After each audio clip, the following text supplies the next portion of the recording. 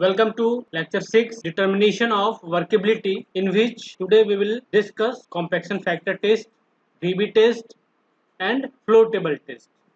तो ये भी जो टेस्ट का नाम है ये सब किसके लिए है? वर्केबिलिटी के लिए, वर्केबिलिटी मेजर करने के लिए।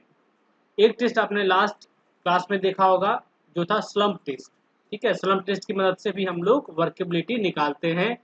ठीक है, इन टर्म्स ऑफ स्लम्प जो कि आपको में निकलता है, उसके बेसिस पे हम लोग बता रहे थे कि हमारा जो कंक्रीट है वो किस तरह के वर्केबिलिटी का है ना। वेरी लो है, मीडियम है, हाई है, किस वर्केबिलिटी का है और किस काम के लिए सुटेबल है, वो भी हम लोगों ने देखा था। और ये भी देखा था कि वो जो हमारा स्लम्प टेस्ट है उसमें क्या है, आपको मीडियम से हाई वर्केबिलिटी का कंक्रीट अगर है उसके लिए वो ज़्यादा सुटेबल है। बहुत ही लो होगा, अगर बहुत ही ज़्यादा होगा तो वो सुटेबल नहीं होता है ना, ये चीज़ें। चलिए, तो अब हम लोग क्या करते हैं, आगे बढ़ते हैं और देखते हैं कि और कौन से टेस्ट हैं जो आपके सिलेबस में लिखे हुए हैं। 2-3 टेस्ट और हैं इसमें वर्केबिलिटी के। तो उसमें से एक है आपका कॉम्पैक्शन फैक्टर टेस्ट। ठीक है, कॉम्पैक्शन फैक्टर टेस्ट। तो इसमें जब जैसे इसमें कॉम्पैक्शन लिखा हुआ है, मतलब समझिए यहाँ पे कुछ ऐसा कॉन्सेप्ट होगा कि कॉम्पैक्शन का कुछ मैटर आएगा। ठीक है, मतलब एक कुछ ऐसा होगा कि जिसमें कॉम्पैक्शन नहीं होगा, एक ऐसा होगा जिसमें फुल कॉम्पैक्शन होगा और दोनों का रेशियो होगा, उसको कॉम्पैक्शन फैक्टर बोलेंगे। तो ये चीज़ हम लोग देखेंगे। उसके बाद एक और आता है वीबी कंसिस्टेंसी टेस्ट, क्योंकि जो वर्केबिलिटी है उसको भी हम लोग कभी कभी कंसिस्टेंसी भी बोल देते हैं। अगर हम उसके फ्लूइडिटी की बात करें, मोबिलिटी की बात करें, जो वर्केबिलिटी में चाहिए। ठीक है, तो कंसिस्टेंसी वही हो गया कि हमारा जो वाटर है वो सही से मिला हुआ है या नहीं मिला हुआ है। तो इसको समटाइम्स ऐसा होता है कि वर्केबिलिटी की जगह कंसिस्टेंसी और कॉन्क्रीट भी बोल सकते हैं। ठीक है, रफली बोल सकते हैं। तो इसमें हम लोग एक्चुअली जो वर्केबिलिटी निकालेंगे वो रिमोल्डिंग करके, इसका कॉन्सेप्ट जो है रिमोल्डिंग, मतलब एक शेप से दूसरे शेप का कन्वर्ट होने में, ठीक है, जो समय लगता है ना, उसी उसी समय के अनुसार हम बताएंगे कि हमारा वर्केबिलिटी कैसा है। ठीक है, तो इसमें तो कॉम्पैक्शन का यूज करके कॉम्पैक्शन फैक्टर निकाल के बताएंगे। इसमें हम लोग टाइम के हिसाब से बताएंगे, टाइम ऑफ रिमोल्डिंग। ठीक है, कौन से हमारा सिलेंडर बनने में कितना समय लगेगा उसके हिसाब से बताएंगे, ये भी अभी पता चलेगा आपको। एक और है फ्लो टेबल टेस्ट। मतलब क्या हुआ कि अगर कोई टेबल होगा जिस पे कंक्रीट का सैंपल मान लीजिए ऐसे आपने रखा। ठीक है, इसको वाइब्रेट किए इस टेबल को, और वाइब्रेट करने के बाद ये जो है कितना फैलेगा, राइट। वाइब्रेट करने के बाद कुछ इस तरह से फैल जाएगा। तो ये जो स्प्रेड हुआ है और ये जो इनिशियली था, ठीक है, इन दोनों का हम लोग देख लेंगे कितना स्प्रेड हुआ है, तो परसेंटेज निकल जाएगा। परसेंटेज फ्लो के टर्म्स में हम लोग वर्केबिलिटी को बता पाएंगे, राइट। तो इस सेशन में हम लोग ये चीज़ें पढ़ेंगे। उसके बाद एक और चीज़ है कि रेंज जो है, समझ गए, रेंज कॉम्पैक्शन फैक्टर का कौन सा रेंज है, किस काम के लिए सुटेबल होगा। ठीक है, किस टाइम की बात करेंगे, यहाँ पे जो वीवी टाइम की बात करेंगे उसके हिसाब से हम लोग वर्केबिलिटी बताएंगे, उसका देखेंगे। परसेंटेज फ्लो का के हिसाब से किस काम के लिए सुटेबल होगा, किस तरह का हमारा डिग्री ऑफ वर्केबिलिटी होगा, वो सब हम लोग देखेंगे। ओके, तो चलते हैं हम लोग अभी नोट्स पे चलते हैं और एक एक करके इन टेस्ट को देखते हैं। So the first test we have today is compaction factor test. तो determination of workability of concrete की अगर बात करें, इसमें 4 टेस्ट मैंने आपको बताया था लास्ट क्लास में भी, जिसमें स्लम्प टेस्ट जो है मुख्य रूप से आप देखे होंगे कि हम लोग फील्ड में भी कर सकते हैं, कहीं पे भी उसको कर सकते हैं, और काफ़ी इजी टेस्ट था, लेकिन इम्पोर्टेंट टेस्ट भी था जो आपने देखा लास्ट क्लास में। तो आज हम लोग आगे बढ़ते हैं और आज देखते हैं कि कॉम्पैक्शन फैक्टर टेस्ट हम लोग कैसे करेंगे, राइट। तो जब सबसे पहला लाइन देखिए क्या लिखा हुआ है यहाँ पे, द कॉम्पैक्टिंग फैक्टर टेस्ट, इसको कॉम्पैक्शन कर लीजिएगा आप लोग। ठीक है, ये थोड़ा सा यहाँ पे लिखने में मिस्टेक हुआ है। The compaction factor test is design primarily for use in the laboratory. इसको जनरली लेबोरेटरी में किया जाता है, but it can also be use in the field. Field में भी कर सकते हैं, लेकिन जो इसका एपरेटस है, ठीक है, इसका जो एपरेटस है वो स्लम्प टेस्ट के जो एपरेटस है उससे बड़ा है, और ये थोड़ा सा डिफरेंट है। तो स्लम्प टेस्ट तो उसका छोटा सा इक्विपमेंट है, देखा होगा ऑपरेटर आपने, कौन देखा था, उसका साइज था, पैम्पिंग रॉड था, बेस था, ये सब है। तो उसको ले गए कहीं भी लेके जा सकते हैं, तो वो इजी है, इसलिए वो ज़्यादा फील्ड में यूज होता है। लेकिन जो कॉम्पैक्शन फैक्टर टेस्ट की बात करेंगे तो ये लैब में ज़्यादा करते हैं हम लोग, राइट, लैब में ज़्यादा करते हैं, फील्ड में कम करते हैं, फील्ड में क्योंकि उस तरह की अवेलेबिलिटी नहीं रहेगी हमारे इक्विपमेंट की। It is more precise and sensitive than slump test, ठीक है, ये क्या है, थोड़ा सा ज़्यादा आपको प्रिसाइज है, मतलब इसमें और अच्छा रिजल्ट आता है, समझ गए, स्लम्प टेस्ट से ज़्यादा अच्छा इसमें रिजल्ट आएगा, सही रिजल्ट आएगा। And is particularly useful for concrete mixes of very low workability and normally used when concrete is to be compacted by vibration। तो आपको मैंने लास्ट क्लास में बताया कि जब भी हम लोग बोलेंगे वेरी लो वर्केबिलिटी, इसका मतलब क्या हुआ कि जो हमारा कंक्रीट मिक्स होगा वो तो स्टिफ होगा, कड़ा मिक्स होगा, ठीक है, ये बात आपको क्लियर है, बोलिए। अभी बताइए वेरी लो वर्किलिटी के बारे में बताइए कि वेरी लो है तो इसका मतलब है कि वो हार्ड है, स्टिफ है वो कंक्रीट, ठीक है, यार आप कंक्रीट जैसे स्टिफ होगा ना सर तो इसका वर्केबिलिटी कम होगा, यही बता रहे थे।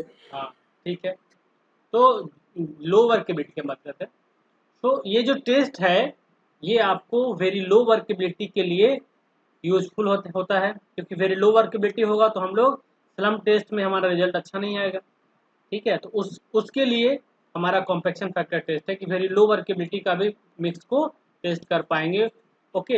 And normally used when concrete is to be compacted by vibration. तो जब भी हम बात करते हैं कि लो वर्केबिलिटी, तो लो वर्केबिलिटी का कंक्रीट जब भी होगा तो उसको तो वाइब्रेशन करना है, क्योंकि वाइब्रेशन नहीं करेंगे तो हम लोग कॉम्पैक्शन अचीव नहीं कर पाएंगे जो हमें चाहिए, और उस तरह का हमको स्ट्रेंथ नहीं मिलेगा फिर कंक्रीट का, राइट। चलिए अब देखते हैं कि क्या ऑपरेटर्स चाहिए हमें इसके लिए, ठीक है, कौन कौन से ऑपरेटर्स की जरूरत पड़ेगी। तो यहाँ देखेंगे कि कॉम्पैक्शन फैक्टर ऑपरेटर्स में लिखा हुआ देखिए, तो एक तो हो गया कि कॉम्पैक्टिंग फैक्टर ऑपरेटर्स, राइट। तो ये ऑपरेटर्स एक तरह का यहाँ दिख रहा होगा फिगर में आपको, ये एक पूरा असेंबलेज है ऊपर से नीचे तक, नीचे फिक्स रहता है, लैब में आपको दिखेगा, लैब में है ये चीज़ें। उसके बाद ट्रॉबल हो गया, ठीक है, ये ट्रॉबल है। स्कूप हो गया, स्कूप मतलब कंक्रीट को उठा के और भरने के लिए, स्कूप कुछ इस तरह का आपने देखा होगा, किराना स्टोर वगैरह में नहीं देखते हैं स्कूप रहता है, उस तरह का आपने देखा होगा। इससे क्या है कि भर के हम लोग कंक्रीट को इसमें डालेंगे उठा उठा के, इसको स्कूप बोल रहे हैं। उसके बाद जो है टेम्परिंग रॉड जो होता है वो हो गया टेम्पर, जिसका 16 mm डायमीटर है, 600 mm लेंथ है। रूलर हो गया, ठीक है। बैलेंस हो गया, तो बैलेंस से क्या करेंगे हम लोग, वेट करेंगे, तो यहाँ पे वजन भी करना पड़ेगा चीज़ों को, तो वो चीज़ें हैं। तो ये सब एपरेटस है, इसको फिगर में आप देख सकते हैं कि एपरेटस कैसा दिखता है। तो इस तरह का कुछ एपरेटस है, देखिए ये जो है एपरेटस, ये जो देख रहे हैं यही हमारा ये जो है कॉम्पैक्शन फैक्टर एपरेटस है। इसमें देखिए दो हॉपर दिख रहा होगा, एक तो टॉप हॉपर जो बोल रहे हैं ये वाला जो है कोन टाइप का दिख रहा है ना ये, उसके बाद एक आपको ये दिख रहा होगा, इसको बोलते हैं बॉटम हॉपर। टॉप हॉपर मतलब ये हो गया, बॉटम हॉपर ये हो गया, और सबके नीचे जो है यहाँ पे क्या रहता है, डोर बना रहता है, ये खुल भी सकता है बंद भी हो सकता है। जैसे यहाँ देखिए ये जो है ना इनिशियली ये बंद रहेगा, इसको खोल भी सकते हैं, खोलेंगे तो कंक्रीट नीचे गिरेगा। तो होता क्या है इसमें कि हम लोग कंक्रीट यहाँ फिल करते हैं, इसमें पूरा फिल कर देते हैं, फिल करने के बाद क्या करते हैं, इसके डोर को ओपन करते हैं और इसको बंद रखते हैं। इसका पहले बंद रखते हैं, इनिशियली जो सिलेंडर दिख रहा है आपको ये बंद रहता है इनिशियली, इसको भरा हमने, फिर इसको क्या करते हैं, खोलते हैं और इससे इसमें आ जाएगा, और इसमें जब आ जाएगा तो यहाँ पे भी डोर रहता है। उसके बाद क्या करेंगे, इसमें भर जाएगा तो फिर इसको खोलते हैं, इसको खोलने के बाद इसका ये जो है उसको हटा देंगे, इससे जब खुलेगा तो ये सिलेंडर में गिरेगा सीधा। तो देखिए यहाँ पे क्या हो रहा है, ये कौन सा शेप का, एक कौन शेप का है, ये भी कौन शेप का है, लेकिन जैसे यहाँ आएगा ये सिलेंडर शेप का दिख रहा होगा। तो यही होता है, करते क्या है कि इस प्रोसीजर में कि इससे जो कंक्रीट हमने भरा है उसके बाद जो हमारा सिलेंडर भरेगा, ठीक है, इसमें विदाउट एनी कॉम्पैक्शन, यहाँ पे जो हम लोग टेस्ट कर रहे हैं कोई वाइब्रेशन नहीं कर रहे हैं, कुछ नहीं कर रहे हैं, बस ये है कि ऊपर भरा, ये सब ऊपर से इसमें आया, जस्ट फॉल से गिर रहा है, ठीक है, यहाँ से लेके नीचे आएगा कंक्रीट और इसमें भर जाएगा, उसके कारण सिर्फ कॉम्पैक्शन की हम लोग बात कर रहे हैं। तो समझिए कि अगर हमारा वर्केबिलिटी जो है जिस हिसाब से रहेगा, मान लीजिए अगर ये अच्छा कॉम्पैक्शन हो जाता है इसका मतलब वो अच्छे वर्केबिलिटी का होगा। ठीक है, कम वर्केबिलिटी का होगा तो ये जो भरेगा ये बहुत ही लूज भराएगा, इसमें बहुत सारा वॉइड रहेगा। तो इसमें जो कंक्रीट भराएगा इसको हम लोग बोलेंगे पार्शियली कॉम्पैक्टेड, मतलब कोई इसमें कॉम्पैक्शन तो हम लोग अलग से किया नहीं है। तो कॉम्पैक्शन कहाँ से हुआ होगा थोड़ा बहुत, तो वो ऊपर गिरने से। पार्शियली कॉम्पैक्टेड कंक्रीट बोलेंगे, जब इसमें कंक्रीट आएगा तो उसको बोलेंगे पार्शियली कॉम्पैक्टेड, राइट। तो ये है, तो एक हम लोग को वेट यहाँ से मिलता है इस टेस्ट में, इस मशीन से। ये जो आपको इक्विपमेंट दिख रहा है इससे हमको क्या मिलेगा, पार्शियली कॉम्पैक्टेड कंक्रीट का हमको वेट मिलेगा। और एक काम और इसमें बस करते हैं हम लोग कि सिलेंडर को अलग से भरते हैं, सेम सिलेंडर को क्लीन करके अलग से भर लेंगे कंक्रीट को, और इसको अच्छे से वाइब्रेट करके, ठीक है, कॉम्पैक्शन दे के भरते हैं, ताकि इसको हम लोग बोल देते हैं fully compacted. Fully compacted, fully compacted sample. और इसका भी वेट कर लेंगे, एक तो इसका वेट कर लेंगे, एक इसका वेट कर लेंगे, और इन्हीं दोनों के वेट का जो रेशियो होगा, ठीक है, इन्हीं दोनों के बीच का जो रेशियो होगा, मतलब WP/WF, इसी को हम लोग बोलेंगे कॉम्पैक्शन फैक्टर। यही इस टेस्ट में करना है, बेसिक यही करना है, राइट।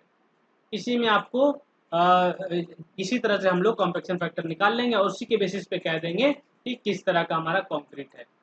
तो समझिए, एक बात ये समझिए कि अगर अगर ये जो है आपको जब इसका रेशियो निकालिएगा, अगर देख लीजिए WP की बात करें और इसकी बात करें, तो हम लोग हमेशा देखेंगे कि जो वेट है ये वाला ये ज़्यादा रहेगा, होगा कि इसको बताइए, क्योंकि कॉम्पैक्शन हम लोग ज़्यादा कर रहे हैं, वाइड का चांसेस ही कम है। लेकिन पार्शियली कॉम्पैक्टेड कंक्रीट में क्या होगा, लूजली फिल्ड होगा, उसमें वाइड रह सकता है। क्लियर है, समझ में आ रहा है चीज़, बोलिए। Yes sir. Sir, yes sir. हाँ, तो देखिए जो आपका फुल्ली कॉम्पैक्टेड कंक्रीट होगा उसमें समझिए कि वो ज़्यादा होगा। तो एक हिसाब से अगर देखा जाए तो कॉम्पैक्शन फैक्टर जो देखेंगे ये <1 ही आपको दिखेगा, 1 तो हम लोग अचीव नहीं कर पाएंगे। कैसे अचीव होगा 1? इतना अच्छा वर्केबिलिटी कर लेंगे तो हम लोग जो फुल कॉम्पैक्शन है, वाइब्रेशन करके, टेम्परिंग करके, और इसको हम लोग कॉम्पैक्ट कर रहे हैं, एक ये हुआ। और एक ऐसा हुआ कि इसको जस्ट फॉल करा के इसमें से इसमें आया, इस हॉपर को खोलने के बाद ये अपने आप खाली ये भर गया, भरने के बाद ऊपर का हटा दिए और इसको फिर वेट कर लिए, ठीक है, इसको लेवल करके वेट कर लिए। तो इसका जो पार्शियली कॉम्पैक्टेड है इसलिए इसका जो वेट होगा, ठीक है, इससे कम होगा, इसीलिए ये जो रेशियो देखिएगा थोड़ा सा कम रहता है, 1 से कम रहेगा, राइट। वो चीज़ें हैं। उसके बाद अब देखेंगे कि इसका वैल्यूज जो है उसके हिसाब से हम लोग देखेंगे कि अलग अलग रेंज। तो पहले चलिए इस टेस्ट को अच्छे से पहले देख लेते हैं। ये तो मैंने ओवरव्यू बता दिया, फिगर के हिसाब से मैंने बता दिया आपको करना क्या है। अब हम लोग स्टेप वाइज आगे बढ़ते हैं और देखते हैं कि क्या क्या इसमें हमें करना है स्टेप वाइज। यहाँ पे आपको ये जो फिगर आपको दिख रहा है इसमें आपको डायमेंशंस दिख जाएंगे कि क्या डायमेंशंस होते हैं। ऊपर का जो हॉपर होता है, जो अपर हॉपर है, जो लोअर हॉपर हो गया, बॉटम हॉपर हो गया, उसमें क्या डायमेंशन रहता है यहाँ से देख पाएंगे। उसके बाद जो सिलेंडर है, ठीक है, ये 150 mm का जो सिलेंडर आपको दिख रहा है, ये डायमीटर है इसका, ये भी आपको यहाँ दिख रहा है। ये सब साइज है, इसको भी आप लोग याद कर सकते हैं, ऑब्जेक्टिव में भी पूछा जाए तो इसको भी आप लोग देख सकते हैं। So this is the dimension of compaction factor apparatus। चलिए उसके बाद आते हैं प्रोसीजर की, हम लोग बात करते हैं कि करेंगे क्या, राइट। तो सबसे पहला स्टेप हम लोग क्या करेंगे, the sample of concrete to be tested, मतलब क्या हुआ, जो सैंपल जो कंक्रीट जिसको टेस्ट करना है, shall be placed gently in upper hopper, मतलब ऊपर वाला जो हॉपर है इसमें हम लोग कंक्रीट को पहले भरेंगे, ठीक है। ऊपर वाला जो हॉपर है उसमें हम लोग उसको जेंटली मतलब आराम से भरेंगे। स्कूप जो हैंड स्कूप जो होता है उससे कंक्रीट को उठाएंगे और इसमें भरते जाएंगे, इसमें कंक्रीट को भरते जाएंगे, ठीक है। The hopper shall be filled, ठीक है, hopper shall be filled levelled with its brim, उसके बाद फिल्ड करने के बाद इसको लेबल्ड कर देंगे, यहाँ तक भर देंगे, ठीक है। एंड द ट्रैप डोर, नीचे में जो होता है यहाँ पे एक ट्रैप डोर बोलते हैं उसको, यहाँ जो लगा होगा इसको बोल रहे हैं ट्रैप डोर।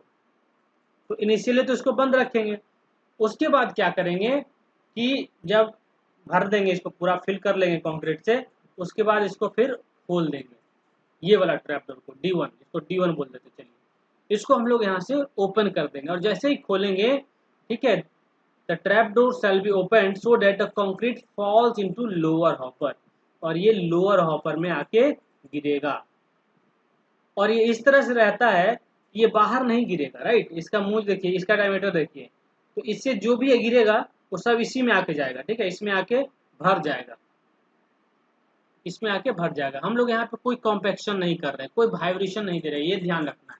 मतलब ये ध्यान रखना होगा कि जहाँ पे हमारा जो कॉम्पैक्शन फैक्टर का एपरेटस है वहाँ पे वाइब्रेशन नहीं हो, कोई शॉक नहीं हो जिससे कि कॉम्पैक्शन हो जाए, कुछ नहीं होना चाहिए, ठीक है, नहीं तो वर्केबिलिटी का रिजल्ट हमारा सही नहीं आएगा। चलिए उसके बाद एक और चीज देखिए, एक लाइन और लिखी हुई यहाँ पे, certain mixes have tendency to stick in one or both the hoppers. मतलब कुछ कुछ कंक्रीट मिक्स ऐसा हो सकता है जिसका मतलब नेचर होगा कि कहीं कहीं चिपक सकता है ना, अंदर में भीतर में कहीं कहीं चिपक जाए। तो इसके लिए इफ दिस अकर्स, अगर ऐसा होता है, द कंक्रीट में B help through bye pushing the rod. क्या करेंगे, उसको हम लोग रॉड के हिसाब से, उसको रॉड से हेल्प से उसको पुश करके क्या करेंगे, नीचे कर देंगे, ताकि वो नीचे चला जाए, नीचे वाले हॉपर में चला जाए, राइट, इस तरह से। उसके बाद during this process the cylinder shall be covered by the trowels, और जो सिलेंडर नीचे रखा हुआ है इसको कवर्ड करके रखना है, ठीक है, इसको कवर्ड करके रखना है ताकि कुछ गिर भी जाए तो इसमें ना जाए, इस तरह से। गिरना तो नहीं चाहिए क्योंकि ट्रैप डोर लगा हुआ है, तो एक डोर तो यहाँ भी रहेगा, ठीक है, इसको बंद रखना है कि इसमें कुछ ऐसा ना चला जाए, क्लीन करके रखेंगे, ये नीचे में रहेगा, नीचे में ये सिलेंडर रहेगा आपका, ओके। उसके बाद देखिए तीसरा जो स्टेप दिख रहा है, इमीडिएटली मतलब तुरंत, after the concrete has come to rest, मतलब जैसे ही पूरा इसमें से निकल के इसमें आ गया, ठीक है, सब निकल के आ गया, उसके बाद the cylinder shall B uncovered, इस सिलेंडर को जो है इसको हटा देंगे, यहाँ पे कुछ जो ट्रबल रख रहे हैं या कुछ रख रहे हैं उसको हटा देंगे। उसके बाद the trap door of the lower hopper open, मतलब ये जो है फिर हम लोग ओपन कर देंगे, खोल देंगे, इसको आप रोटेट कर दीजिएगा तो यहाँ से नीचे से तो खुल जाता है, घूम जाता है। जैसे ये खोलेंगे, ठीक है, उसके बाद यहाँ से जो है सारा एग्रीगेट सॉरी ये कंक्रीट मिक्स जो है नीचे आएगा यहाँ से, और ये इसमें भरने लगेगा, इसमें आके भरने लगेगा, और ये ऐसे भरेगा कि पूरा ये फिल होने के बाद आपको दिखेगा कुछ कुछ ऊपर भी आ गया है। तो मानिए लेवल जहाँ सिलेंडर का लेवल है वहां तक हम लोग भर के बाकी को हटा देंगे, स्ट्राइक ऑफ कर देंगे, लेबल कर देंगे, लेकिन उसमें कॉम्पैक्शन नहीं करना है, एकदम ये बात का ध्यान रखना है, इसमें हमको बिल्कुल कॉम्पैक्शन नहीं करना है, खाली लेबल कर देंगे, ठीक है, लेबल कर देंगे, मतलब ऊपर में जो भी इस लेवल सिलेंडर के हाइट के ऊपर रहेगा उसको हटा देंगे जो उसके टॉप में, ठीक। And the concrete allowed to fall into cylinder, वो तो आप समझ गए। The excess of concrete remaining above the level of the top of the cylinder, इस लेवल पे जो भी कंक्रीट रहेगा इसके ऊपर shall be cut off by holding a trowel, मतलब ट्रॉबल से, ठीक है, उसको हम लोग हटा देंगे, करनी जिसको बोलते हैं, करनी से इसको हम लोग हटा देंगे, लेवल कर देंगे, राइट, वो चीज कर लेंगे। उसके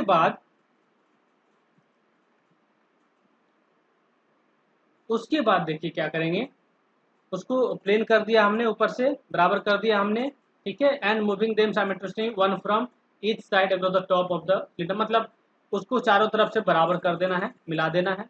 eight the same time keeping them placed on the top edge of the cylinder, मतलब उसको पूरा आप लोग लेवल कर दीजिए, सिंपली बात यही है। लेवल करने के बाद जो उसका आउटर सरफेस वगैरह है उस सबको क्लीन कर देना, मतलब मान लीजिए कंक्रीट इसके ऊपर इधर उधर कहीं भी गिर गया होगा, सबको पोंछ देना, वाइप कर देना है, साफ कर देना है। अंदर में हमारा कंक्रीट भरा गया, टॉप लेवल को हमने फिनिश कर दिया है, लेबल कर दिया है। उसके बाद हम लोग चौथा स्टेप देखिए क्या करते हैं। तो चौथा जो स्टेप दिख रहा होगा, अगर इसमें देखेंगे,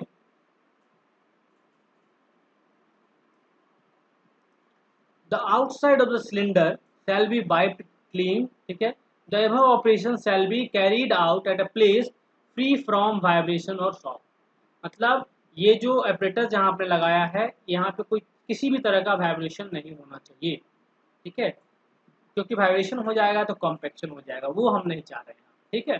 चलिए the weight of the concrete in the cylinder shall be determined to the nearest 10 gram. अब इस सिलेंडर को क्या करेंगे, जाके वेट करेंगे, ठीक है, और हम लोग निकालेंगे कि इसके अंदर कितना कंक्रीट है, वेट ऑफ कंक्रीट निकालना है। तो कैसे वेट ऑफ कंक्रीट निकालेंगे जरा बताइए मुझे, बोलिए। पूरा में पूरा को टोटल वेट में सर सिलेंडर का वेट माइनस। जी सर, टोटल वेट तो निकाल के उसमें सिलेंडर का वेट बाद में ऐसा कर लेंगे कि पहले ही हम लोग खाली वाले का वेट कर लेंगे, जो खाली सिलेंडर होगा, ठीक है, जो खाली सिलेंडर का वेट हम लोग पहले ही कर लेंगे, ठीक है। और जब भर जाएगा सिलेंडर, जैसे ये लूजली फिल्ड है, इसको हम लोग बाद में कर लेंगे, तो ये डब्ल्यू डैश हो गया। मतलब हमारा जो वेट ऑफ पार्शियली, ये पार्शियली फिल्ड कंक्रीट है, पार्शियली कॉम्पैक्टेड कंक्रीट है, ये बात आप ध्यान समझ गए होंगे आप लोग, क्योंकि हम लोग यहाँ पे कॉम्पैक्शन नहीं कर रहे हैं, है ना। पार्शियली कॉम्पैक्टेड कंक्रीट इसको बोलेंगे, पार्शियली कॉम्पैक्टेड कंक्रीट, इसमें हमने कोई कॉम्पैक्शन किया ही नहीं है। तो ये जो कॉम्पैक्शन अचीव हो रहा है, ये सिर्फ और सिर्फ ऊपर से नीचे फॉल जो हुआ है इसके कारण हो रहा है, प्लस इसका जो वर्केबिलिटी है उस पर डिपेंड करेगा कि ये कितना अच्छा आपका रिजल्ट आता है, कितना अच्छा वेट आता है, ठीक है, in comparison to fully compacted. तो ये चीज़ें, उसके बाद हम लोग क्या कर लेंगे, डब्ल्यू डैश माइनस डब्ल्यू कर लेंगे, मतलब खाली वाले का अगर निकाल देंगे तो हम खाली कंक्रीट का बच गया, तो यही वेट ऑफ कंक्रीट हम लोग अभी निकाल लेंगे, ठीक है। यहाँ तक क्लियर हो गया सर? इसमें कंक्रीट जो बनाएंगे सर वो मतलब कौन सा रेशियो का बनाएंगे कंक्रीट? देखिए वर्केबिलिटी टेस्ट कर रहे हैं ना हम लोग, तो हम लोग को जो डिजाइन जो जरूरत होगा उसके हिसाब से हम लोग काम कर रहे हैं। हम लोग यहाँ टेस्ट वर्केबिलिटी का कर रहे हैं, तो आपको यहाँ पे समझिए कि हमको दिया हुआ है कि आपको ये ग्रेड यूज करना है, ये वाटर सीमेंट रेशियो यूज करना है, वो तो अलग मैटर है ना, है कि नहीं। और अपने अंदाज से मतलब कोई भी रेशियो सीमेंट का कहने का मतलब सुनिए, वो चीज क्या है, वो तो किसी काम पे डिपेंड करता है कि हम लोग को घर बना रहे हैं तो क्या हम M25 यूज करें, एज ए इंजीनियर आप बोलिए हाँ M25 यूज करेंगे, वाटर सीमेंट रेशियो हम 0.4 यूज कर रहे हैं, हो गया। तो डिपेंडिंग अपॉन द वर्क जो हमारा ग्रेड है वो तो पता चल ही जाएगा, एज एक्सपीरियंस जैसे जैसे आगे बढ़िएगा वो तो पता ही रहता है। तो अभी जो हम आपको बता रहे हैं, अभी जो सिखा रहे हैं, ये है वर्केबिलिटी मेजर कैसे करेंगे, ठीक है। तो जिस तरह का भी कंक्रीट होगा, ठीक है, जिस डिजाइन मिक्स का होगा या जिस नॉमिनल मिक्स का कंक्रीट होगा वो तो हम लोग कर लेंगे, ठीक, और इसको हम लोग फिल्ड कर देंगे इसमें, राइट। फिल्ड करने के बाद बाकी जो पार्शियली कॉम्पैक्टेड कंक्रीट है उसका वेट निकाल लिया। इतना समझ में आया ऑपरेशन, ये चीज समझ में आ गया, बोलिए। यस। अगर यहाँ तक समझ में आ गया है तो इस टेस्ट में यही है। उसके बाद इसमें एक ही और चीज है एक्स्ट्रा जो अभी मैं बताऊंगा, जो कि फुल्ली कॉम्पैक्टेड कंक्रीट का वेट निकालना, ठीक है। उसके लिए हम अलग से क्या करेंगे, फुल कॉम्पैक्शन के साथ, वाइब्रेशन के साथ सैंपल तैयार करेंगे, तो वो काम कर लेते हैं। तो अभी तक आपने wait of partially compacted concrete निकाल लिया, राइट। चलिए अब हम लोग जो नेक्स्ट स्टेप है, जो 5वां स्टेप यहाँ देख रहे होंगे, ये कह रहा है this weight shall be known as the, मतलब जो अभी आपने निकाला, जो WP हम बोल रहे थे अभी आपको, this weight shall be known as weight of partially compacted concrete, जो हमको इस एपरेटस के हेल्प से जो हमने टेस्ट किया अभी उससे हमको पता चला है ये वाला result, wait of partially compacted, ठीक है। उसके बाद the cylinder shall B रिफिल्ड with concrete from same sample, ठीक है। जो सिलेंडर आप देख रहे हैं इसको हम लोग जो सेम सैंपल है उससे इसको फिल करना है, ठीक है, इन लेयर्स अप्रोक्सीमेटली 5 सेंटीमीटर डीप, मतलब 5 सेंटीमीटर का लेयर लेते हुए हम लोग क्या करेंगे, भरेंगे layer wise, the layer being heavily rumped, ठीक है। जो आपका टेम्परिंग रॉड्स है उससे आप कर सकते हैं, इसको रॉडेड करिएगा हर लेयर को और अच्छे से, ताकि पूरा कॉम्पैक्शन हो जाए। और प्रेफरेबली मतलब क्या प्रेफर करेंगे कि वाइब्रेशन करें, ठीक है। तो वाइब्रेशन क्या भी यूज कर सकते हैं, मतलब इसको वाइब्रेटर पे ले जाएंगे, वाइब्रेटर पे रख देंगे और इसको छोड़ देंगे, और जैसे ही वाइब्रेशन होगा, मतलब ऊपर नीचे टेबल होगा, ये क्या होगा आपका भर जाएगा। वाइब्रेटर, एक वाइब्रेटर मशीन होता है लैब में, आपको दिखेगा, तो उसके ऊपर सिलेंडर को रख देंगे, उसमें हमने कंक्रीट लेयर वाइज देते जा रहे हैं, कॉम्पेक्शन हो रहा है वाइब्रेशन के थ्रू। तो वाइब्रेशन के थ्रू हमको पूरा कॉम्पेक्शन अचीव कर लेना है, ठीक है, ताकि हमको फुल कॉम्पेक्शन मिल जाए। तो ये काम करेंगे, तो उसको अच्छे से रैम करिए, मतलब अच्छे से उसको टेम्पर करिए, एक तो ये तरीका है, और उसको वाइब्रेशन करिए। तो प्रेफर क्या करना है कि वाइब्रेशन किया जाए। तो उसको वाइब्रेट करने के बाद सैंपल का जो है कॉम्पेक्शन पूरा अचीव हो जाएगा, मतलब पूरा अच्छे से कॉन्क्रीट भर जाएगा। तो इस टॉप सरफेस को हम लोग जो ट्रॉबल है जो करनी होता है उससे बराबर कर लेंगे। बराबर करने के बाद ये पूरा जब भर गया, पूरा इसमें कंक्रीट अच्छे से कॉम्पैक्ट होकर भर गया, तो हम लोग फिर इसका वेट निकालेंगे, बाहर का सब कुछ पोस्ट देंगे अदर आउटसाइड सरफेस को, जैसा कि 6 स्टेप बता रहा है, और फिर इसका वेट ले लेंगे। फिर इसका जो वेट लेंगे वो फुल्ली कॉम्पैक्टेड कंक्रीट कहलाएगा, weight of fully compacted concrete, right. तो weight of fully compacted concrete निकल जाएगा। कैसे निकलेगा? तो जो वेट आएगा उसमें से आप खाली सिलेंडर का वेट निकाल दीजिएगा, हम लोग सिर्फ कंक्रीट का वेट निकाल लेंगे। तो फुल्ली कंक्रीट का हमको वेट यहाँ से निकल गया, एक आपको WP निकला है, एक WF निकला है, दो चीज निकल गया, आपको कॉम्पैक्शन फैक्टर निकाल सकते हैं। चलिए आगे चलते हैं। उसके बाद जो ऑब्जर्वेशन टेबल देख लीजिए। तो ऑब्जर्वेशन टेबल में देखिए एक तरफ सीरियल नंबर दिया है, डिस्क्रिप्शन है, अलग अलग सैंपल का टेस्ट करेंगे या 3 बार ट्रायल करेंगे, वो चीज़ें हैं। तो इसमें देखिए सबसे पहले हम लोग खाली जो सिलेंडर होगा उसका वेट निकाल लेंगे, W1 यहाँ लिख लेंगे, ठीक है। Weight of empty cylinder plus free fall concrete, तो ये कौन सा हो गया? जो एम्प्टी सिलेंडर है उसमें जो कॉन्क्रीट आया, राइट। उसके बाद ये जो हो गया पार्शियली का वेट हो जाएगा। उसके बाद देखिए weight of empty cylinder plus hand compacted concrete, तो ये सिलेंडर के साथ जो हैंड कॉम्पैक्टेड कंक्रीट है या वाइब्रेशन के साथ ये है। उसके बाद वेट ऑफ पार्शियली निकाल लिया, वेट ऑफ फुल्ली निकाल लिया। और कॉम्पैक्शन फैक्टर क्या किया हमने? कॉम्पैक्शन फैक्टर जो है सिंपली WP/WF, ये काम।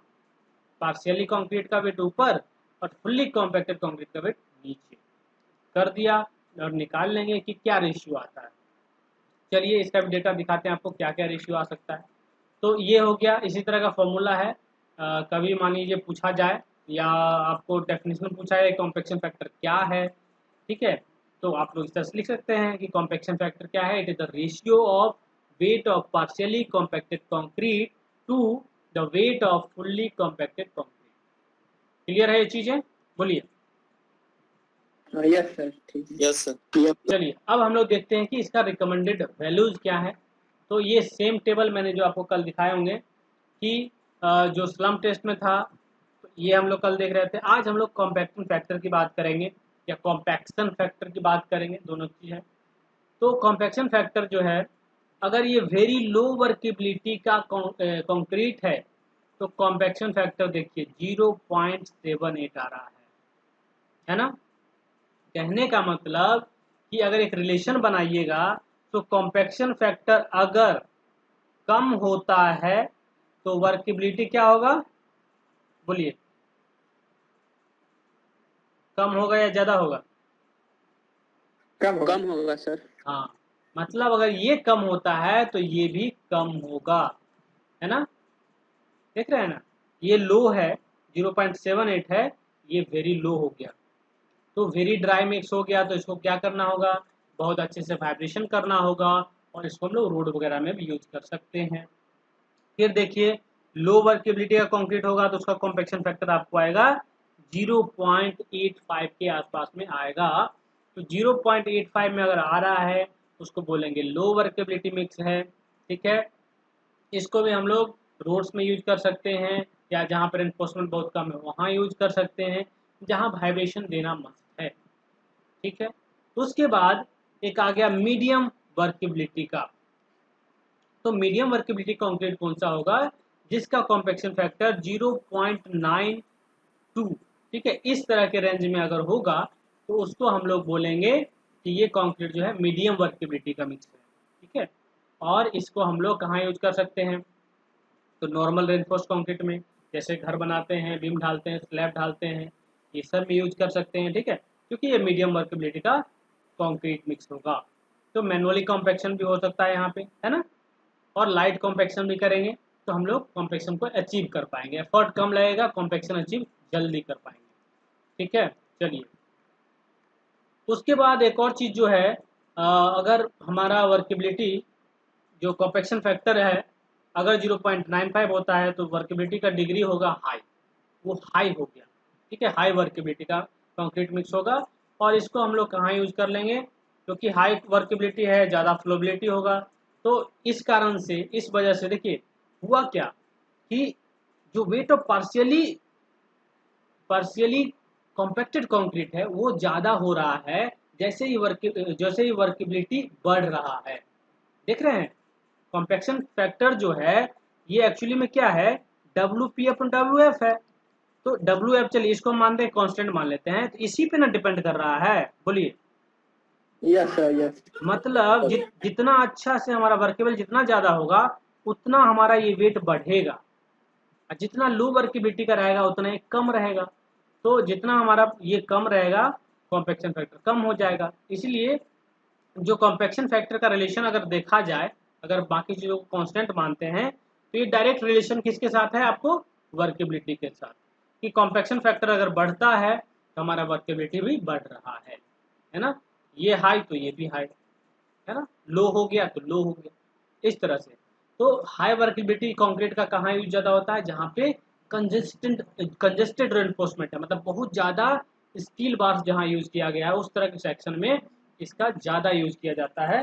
समझ गए, जहाँ पे बहुत ज़्यादा ही स्टील लगे हुए हैं, जहाँ पे वाइब्रेशन करना डिफिकल्ट है ना, क्योंकि वाइब्रेशन करेंगे तो जो स्टील का जो पोजीशन है वो डिस्टर्ब हो सकता है, तो वो हम लोग को दिक्कत आएगा, डिजाइन में दिक्कत हो जाएगा। ये सब आगे चल के आप लोग पढ़िएगा जब RCC पढ़ेंगे, डिजाइन ऑफ रेनफोर्स्ड कंक्रीट वगैरह पढ़ेंगे। क्लियर है यहाँ तक, बताइए।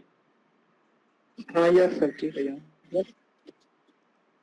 ठीक है, ये टेस्ट आप लोग समझ गए। अब हम लोग चलते हैं, यस सर।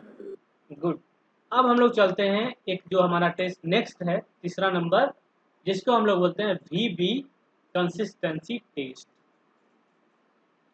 ठीक है, एक तो आपने पढ़ा अभी स्लम्प टेस्ट पढ़ा था लास्ट क्लास में, आज अभी देखते हैं हम लोग कॉम्पैक्शन फैक्टर टेस्ट। एक और है जिसको बोलते हैं VB कंसिस्टेंसी टेस्ट। अब इसमें क्या है, तो एक बार और देख लेते हैं क्या क्या है इस चीज में। The workability of fresh concrete is a composite property. फिर से हम लोग पीछे चले गए डेफिनेशन और इसके इंपॉर्टेंस की बात करें, वर्केबिलिटी की बात करें, तो ये कंपोजिट प्रॉपर्टी है, समझ गए। प्लस एक बात और आपने गौर किया होगा कि हम वर्केबिलिटी को, मतलब ऐसा कुछ नहीं है कि हम हार्ड एंड फास्ट की कोई, हाँ इस तरह का वर्केबिलिटी है, ये रेशियो है तो अच्छा है। ये डिपेंड करता है, ये टाइप्स ऑफ वर्क के डिपेंड करता है। अलग अलग टाइप्स ऑफ वर्क के लिए अलग अलग काइंड ऑफ वर्केबिलिटी हमको नीडेड है। लो वर्केबिलिटी भी अच्छा हो जाता है कहीं, हाई वर्केबिलिटी कहीं अच्छा हो जा रहा है, मीडियम भी हर जगह काम कर जा रहा है। तो यही चीज़ है, इसका कोई फिक्स्ड वैल्यूज नहीं है, फिक्स्ड कोई यहाँ पे सिस्टम है ही नहीं वर्केबिलिटी केस में। तो इसको कंपोजिट बोला जा रहा है, विच इंक्लूड्स द टाइप। हाँ जहाँ जैसा उपयोग होगा वहाँ पे वैसा करेंगे। हाँ बिल्कुल, वो डिपेंड कर रहा है, काम पे डिपेंड कर रहा है, वर्क पे डिपेंड कर रहा है। तो which include the diverse requirement, मतलब डाइवर्स रिक्वायरमेंट मतलब क्या होता है कि बहुत मतलब बड़ा मतलब ये समझिए कि डायरेक्शन, अलग अलग डायरेक्शन का रिक्वायरमेंट, अलग अलग टाइप्स ऑफ वर्क का रिक्वायरमेंट। डाइवर्स मतलब विभिन्न तरह के जरूरत की बात कर रहे हैं, उस पर डिपेंड करता है कैपेसिटेबिलिटी, मोबिलिटी, कॉम्पैक्टिबिलिटी, फ्लेक्सिबिलिटी, फिनिशिबिलिटी। तो ये सब क्या है, ये सब कंक्रीट का ऑपरेशन है, उसका मोबिलिटी क्या है, ठीक है, कॉम्पैक्टिबिलिटी मतलब कितना अच्छा से कॉम्पैक्शन हो रहा है। तो आपने देखा कि जितना अच्छा वर्केबिलिटी है उतना हम लोग कॉम्पैक्शन भी अच्छे से कर लेते हैं, उतना हमको कॉम्पैक्शन एफर्ट भी कम लगाना पड़ता है। हाई वर्केबिलिटी है, कॉम्पैक्शन आसानी हो जाता है। ठीक है, फ्लेक्सिबिलिटी हो गया, फिनिशिबिलिटी, ये सब क्या है कि कितने अच्छे से उसको प्लेस कर सकते हैं, कितने अच्छे से उसको फिनिश्ड कर सकते हैं, ताकि जो कंक्रीट स्ट्रक्चर जो हमारा है जो तैयार होगा, फिनिश्ड होने के बाद जो है एकदम पूरा क्या होगा, फील्ड दिखेगा, भरा हुआ दिखेगा, प्लेन दिखेगा, है ना, कोई वाइड नहीं दिखेगा, कोई श्रिंकेज नहीं दिखेगा, जब हम लोग अच्छे से कॉम्पैक्शन कर पाएंगे। चलिए, there are different method of measuring workability, जो तो हम लोग देख ही रहे हैं, दो तरह के देख चुके हैं, तीसरे में आ गए। चलिए, each of them measures only a particular aspect of it. तो जितने भी सारे आपको टेस्ट दिख रहे हैं सब क्या है, मतलब कुछ कुछ खास एस्पेक्ट जो है इसके वर्केबिलिटी का उसको मेजर कर रहा है। मतलब कोई क्या है मीडियम से हाई वर्केबिलिटी का सुटेबल है। जैसे कॉम्पैक्शन फैक्टर के लिए अगर पूछा जाए तो आप बोलेंगे कि हाँ वो लो वर्केबिलिटी के अच्छा है, लो वर्केबिलिटी के लिए अच्छा रिजल्ट दे देता है ना, यूजफुल हो जाता है वहाँ पे, राइट। चलिए, so there is really no unique test, मतलब कोई यूनिक टेस्ट नहीं है। अब आप ये कहिए अगर स्लम टेस्ट कर लिए मेरा हो गया, स्लम टेस्ट के अलावा कोई और नहीं पढ़ना है, तो ये नहीं कह सकते हैं कि स्लम टेस्ट पढ़ लिया मतलब आप वर्किबिलिटी को टेस्ट कर सकते हैं, क्योंकि आप स्लम टेस्ट पढ़ेंगे तो मीडियम से हाई वर्किबिलिटी आप कर रहे हैं, लेकिन लो वर्किबिलिटी के बारे में आप क्या सोचेगा। माने दो कंक्रीट है, दोनों का लो वर्किबिलिटी है, दोनों में डिफरेंस नहीं पता चलेगा आपको, समझ गए। स्लम्प ही नहीं आएगा, बहुत कम स्लम्प आएगा, जीरो स्लम्प आएगा, पता ही नहीं चलेगा कि डिफरेंस क्या है दोनों में। तो ये चीजें, चलिए, which measures workability of concrete in totality. तो टोटलिटी मतलब कि कंप्लीटली कोई मेजर कर ले वर्किबिलिटी को, ऐसा कोई यूनिक टेस्ट नहीं है। तो इस तरह के अलग अलग सारे टेस्ट हैं। तो आप देखेंगे कि जब इंजीनियर बनेंगे आप आगे जाके, तो आप स्लम टेस्ट भी करेंगे, कॉम्पैक्शन टेस्ट भी यूज कर सकते हैं, वीवी कंसिस्टेंसी टेस्ट भी यूज कर सकते हैं, ठीक है। तो ये सब आप करके देखेंगे आगे जाके, ये सब होता है जब क्वालिटी कंट्रोल की जब बात होगी साइट पे, तो ये सब होता है। चलिए आगे देखते हैं। दिस टेस्ट जो वीवी कंसिस्टेंसी टेस्ट है, this test gives an indication of the mobility and to some extent of the compactibility of freshly mixed concrete, ठीक है, फ्रेश कंक्रीट। तो इससे क्या है, मोबिलिटी मतलब क्या हुआ, जो फ्लो की बात करें, कंक्रीट मिक्स के फ्लो की बात कर रहे हैं, राइट। कॉम्पैक्टिबिलिटी का मतलब क्या हुआ कि कितने अच्छे से उसका पूरा वाइड जो है, एग्रीगेट का वाइड है पूरा फिल हो जाए। कंक्रीट जो है कॉम्पैक्टेड मतलब बिल्कुल ही वाइड नहीं, बिल्कुल ही एयर नहीं अंदर में रहे, बिल्कुल ही वाटर अंदर में जो है कहीं एक जगह स्टोर ना हो जाए, इस तरह से। तो कोई भी वाइड नहीं रहना चाहिए। The test measures the relative effort required to change a mass of concrete from one definite shape to another। ये बहुत ही अच्छी बात है नोट करने की। अगर आपको ये लाइन याद है मतलब आप वीवी टेस्ट समझ गए। तो कहा जा रहा है कि the test measures the relative effort required to change a mass of concrete from one definite shape to another. मतलब यहाँ देखिए कॉनिकल शेप से सिलेंड्रिकल शेप में रिमोल्ड होने का, ठीक है, रिमोल्ड होने में जितना समय लगेगा ना, जितना समय लगेगा, और by using vibration, bye means of vibration, और वाइब्रेशन भी कर रहे हैं। तो समझिए यहाँ पे सिर्फ सिंपली अगर बात करें, एक ऐसा सिलेंडर रहेगा, ठीक है, इसमें हम लोग स्लम्प टेस्ट परफॉर्म करेंगे, ठीक है, यहाँ इस टेस्ट में ये होगा। तो इसमें हम लोग स्लम्प टेस्ट करेंगे, तो इस तरह का कुछ हमारा कंक्रीट का लेयर तैयार होगा, ठीक है, इस तरह से मान लीजिए कंक्रीट का लेयर कुछ तैयार हुआ। तो जैसे ही यहाँ पे वाइब्रेटर ऑन करिएगा, इसके नीचे वाइब्रेटर लगा रहता है, जैसे ही यहाँ वाइब्रेशन होगा, ठीक है, जैसे ये वाइब्रेशन होगा, ये जो कोन है कॉनिकल शेप जो है किसमें चेंज करेगा बताइए, सिलेंड्रिकल में, सिलेंडर में, कॉनिकल टू सिलेंड्रिकल, ठीक है। तो सर्टेन यहाँ पे हम लोग वाइब्रेशन को देंगे एक समय के लिए, और देखेंगे कितने टाइम में पूरा लेबल्ड हो गया, मतलब ये पूरा ऐसे बराबर हो जाना चाहिए, कंक्रीट इस फॉर्म में आ जाना चाहिए। पहले ये ऐसे में था, ठीक है, ये सिलेंडर में ही रखा हुआ था लेकिन इस तरह के फॉर्म में था, और जैसे ही वाइब्रेशन किया हमने, ये फैलेगा, स्प्लिट करेगा और दूसरे शेप में बदल जाएगा। तो कोनिकल से सिलेंड्रिकल शेप में चेंज होगा, और बाय मीन्स ऑफ वाइब्रेशन हम लोग नीचे से वाइब्रेशन करेंगे। इस तरह का यहाँ मशीन रहता है, इस तरह का यहाँ पे आपको इक्विपमेंट दिखेगा। So the amount of effort called remoulding effort. Remoulding मतलब क्या हुआ, एक मोल्ड से दूसरे मोल्ड में गया, इसलिए बोला रिमोल्डिंग, एक शेप से दूसरे शेप में। So the amount of effort is taken as the time in second, right। मतलब टाइम के टर्म में, मतलब कितने समय में हमारा ये जो शेप है इस शेप में आ जाता है, सिलिंड्रिकल शेप में आ जाता है, कॉनिकल शेप से सिलिंड्रिकल शेप में हमारा कंक्रीट में आ जा रहा है, उसी टाइम को आपको यहाँ नोट करना है, ठीक है। तो time required to complete the change or which change, conical से सिलिंड्रिकल शेप में बदलने का change.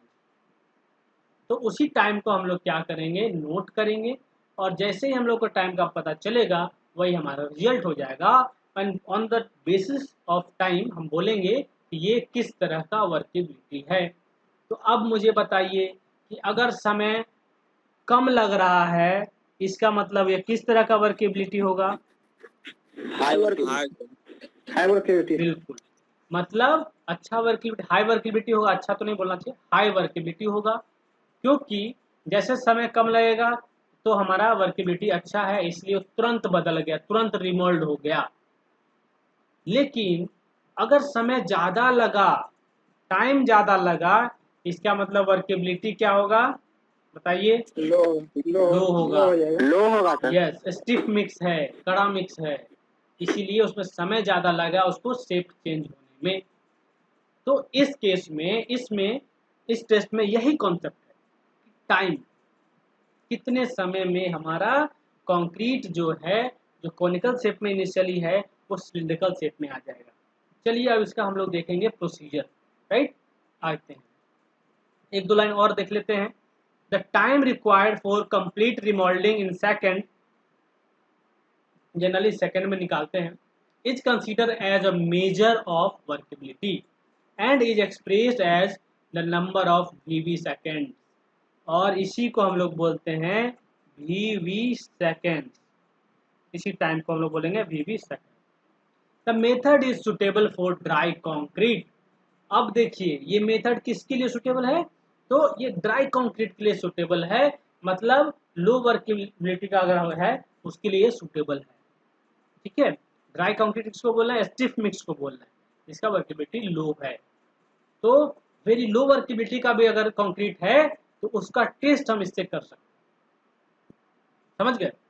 For concrete of slump in excess of 50 mm, high workability अगर होगा तो, हाई वर्केबिलिटी होगा तो उसमें हम लोग को वाइब्रेशन करने की जरूरत ही नहीं पड़ेगी, है ना। तो इसीलिए देखिए, इसीलिए तो ये टेस्ट उसके लिए अच्छा नहीं है, मतलब उसके लिए सुटेबल नहीं है, समझ गए।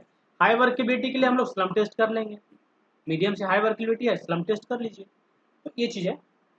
For concrete of slum in excess of 50 mm, क्योंकि इस टेस्ट में जो है हम लोग स्लम टेस्ट भी करते हैं, पहले स्टेप में स्लम टेस्ट करते हैं, अभी पढ़ेंगे।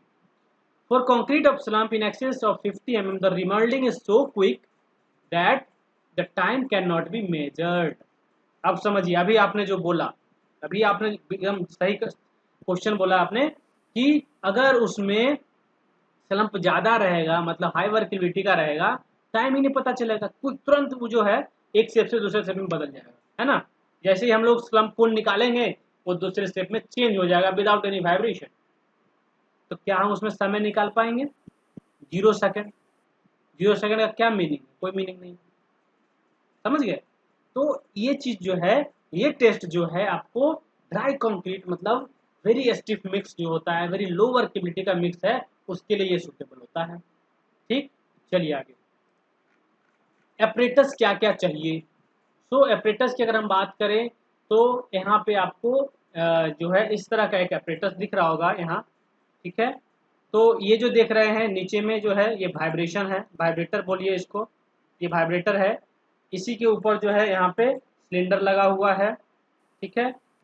उसके बाद ये जो देख रहे हैं आपको, यहाँ पे स्लम्प कोन बोलते हैं इसको, जिससे स्लम्प टेस्ट करते हैं वो है।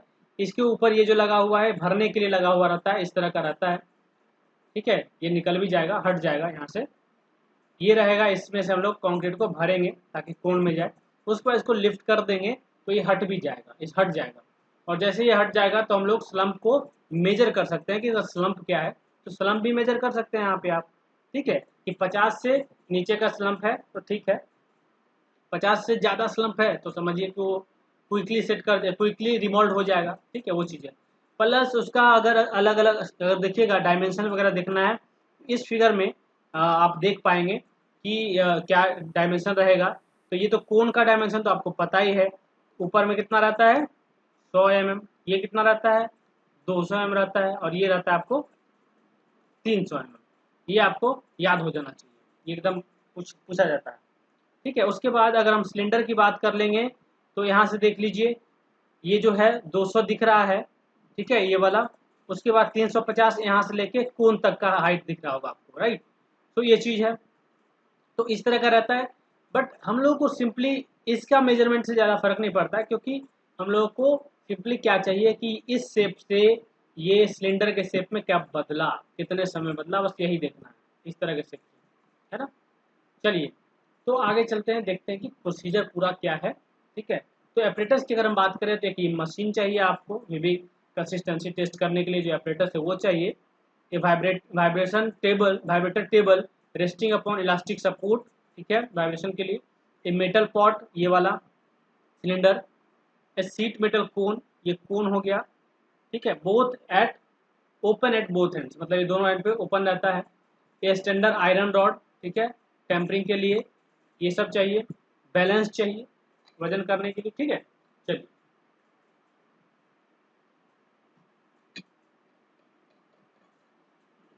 क्लियर है यहाँ तक? Yes sir. Yes sir. Sir stop watch भी चाहिए ना? हाँ बिल्कुल बिल्कुल, स्टॉप वॉच चाहिए। आजकल तो मोबाइल हो गया ना सबके पास, है, क्या बोलते हो? Yes sir. Yes sir. Okay, तो एक स्टॉप वॉच भी हो सकता है टू मेजर टाइम, ये भी कर सकते हैं। बाकी तो मोबाइल भी हमारे पास है, तुरंत मोबाइल को स्टॉप वॉच ऑन करेंगे, कर लेंगे। चलिए, उसके बाद आइए प्रोसीजर की अब हम बात करते हैं कि कैसे करेंगे। तो सबसे पहला जो स्टेप आप यहाँ देख रहे होंगे वो है कि हम लोग जो सिलेंडर आपने देखा, इसमें आपने कोन देखा होगा, ठीक है, यही जो कोन है स्लम्प का कोन है। सबसे पहला काम यहाँ स्लम्प टेस्ट करना है,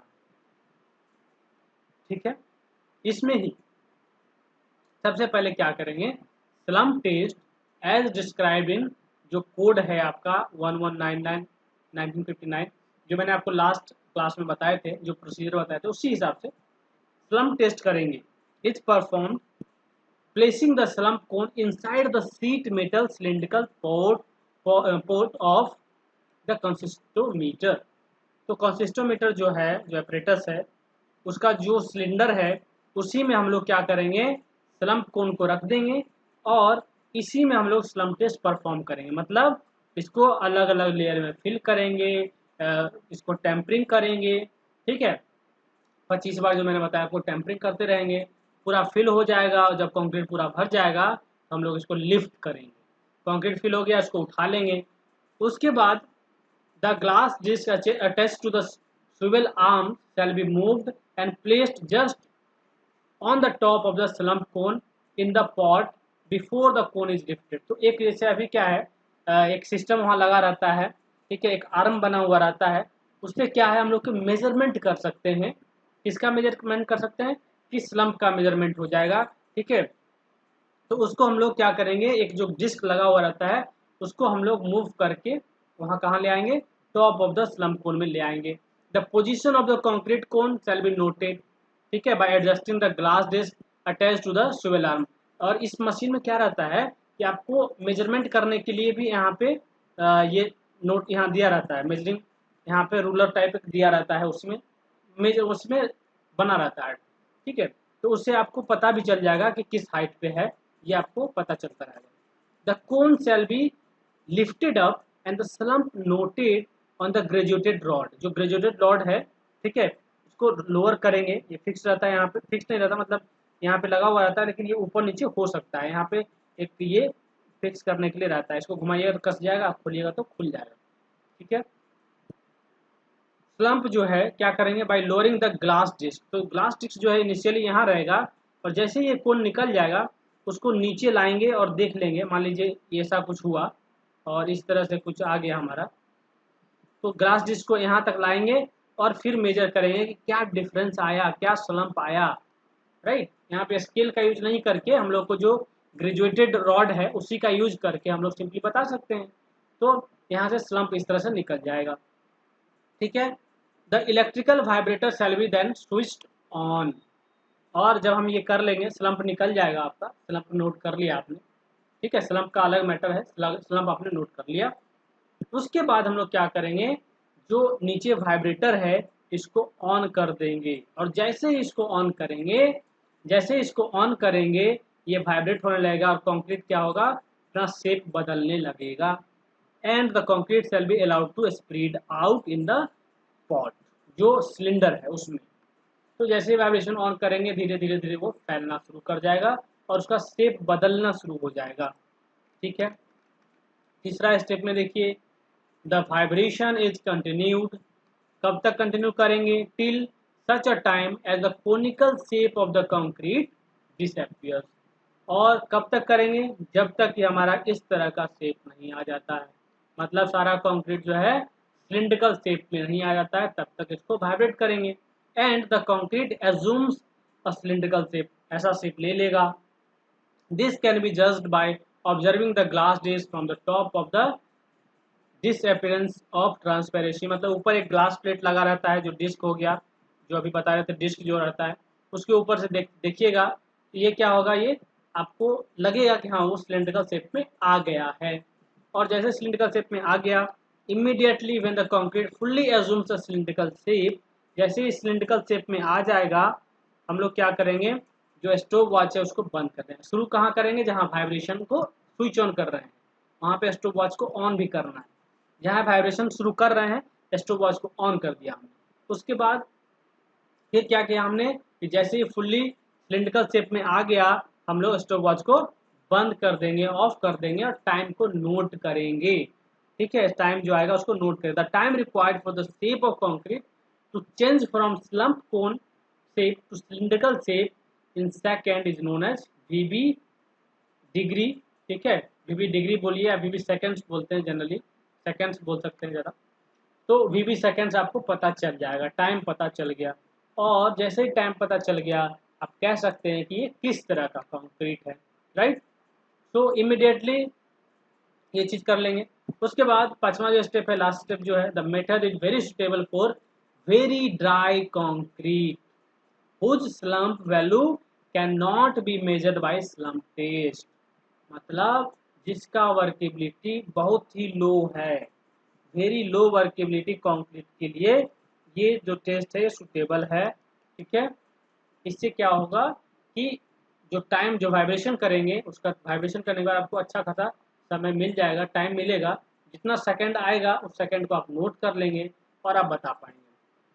ठीक है, हाई वर्केबिलिटी का होगा तो ये टेस्ट नहीं कर पाइएगा, क्योंकि इतना क्विकली वो दूसरे स्टेप में चला जाएगा, कोनिकल से सिलिंड्रिकल की बात कर रहे हैं तो कि पता नहीं चलेगा। Okay, but the vibration is too vigorous for concrete with a slump greater than about 50 mm, मतलब अगर मान लीजिए 50 mm से ज़्यादा स्लम्प रहेगा तो उसको नहीं कर सकते हैं। ठीक है, लेकिन ये भी है कि वेरी लो वर्केबिलिटी होता है तो उसको हम लोग स्लम्प टेस्ट नहीं कर सकते, समझ रहे हैं, क्योंकि जीरो स्लम्प की बात, स्लम्प ही नहीं आएगा, बहुत ज़्यादा वर्केबिलिटी होगा तो स्लम्प आएगा नहीं, और जैसे स्लम्प नहीं आएगा तो आपको मेजर नहीं पता नहीं चलेगा, उसका मेजरमेंट पता नहीं चलेगा क्या है।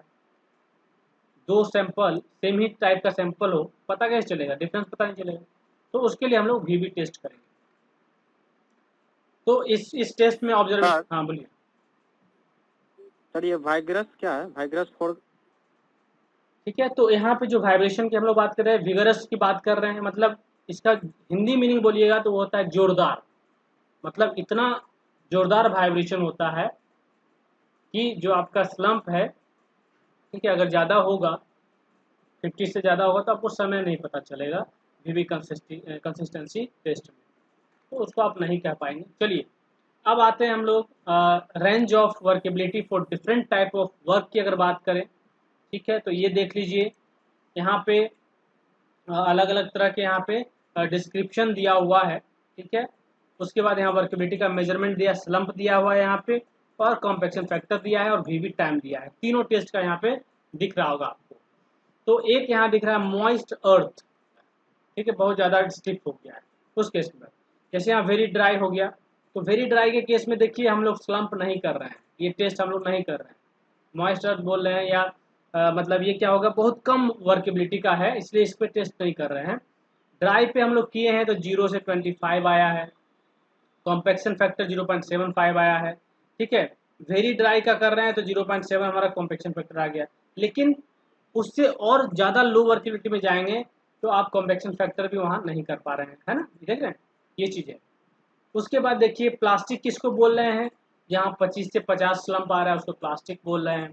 सेमी फ्लूइड किसको बोल रहे हैं, जो 75 से 100 आ रहा है। फ्लूइड किसको बोल रहे हैं, जिसको 150 से लेके 175। मतलब अगर वर्केबिलिटी को यहाँ लिखा जाए तो ये तो हाई हो जाएगा, ठीक है। उसके बाद मीडियम होता है ना, लो हो गया और वेरी लो हो गया। उसके बाद और ज़्यादा उससे लो में चले जाइए। मतलब ये इस तरह का वर्केबिलिटी तो हमको जो है मेजर करना होगा, तो इन दोनों से कर ही नहीं पाएंगे।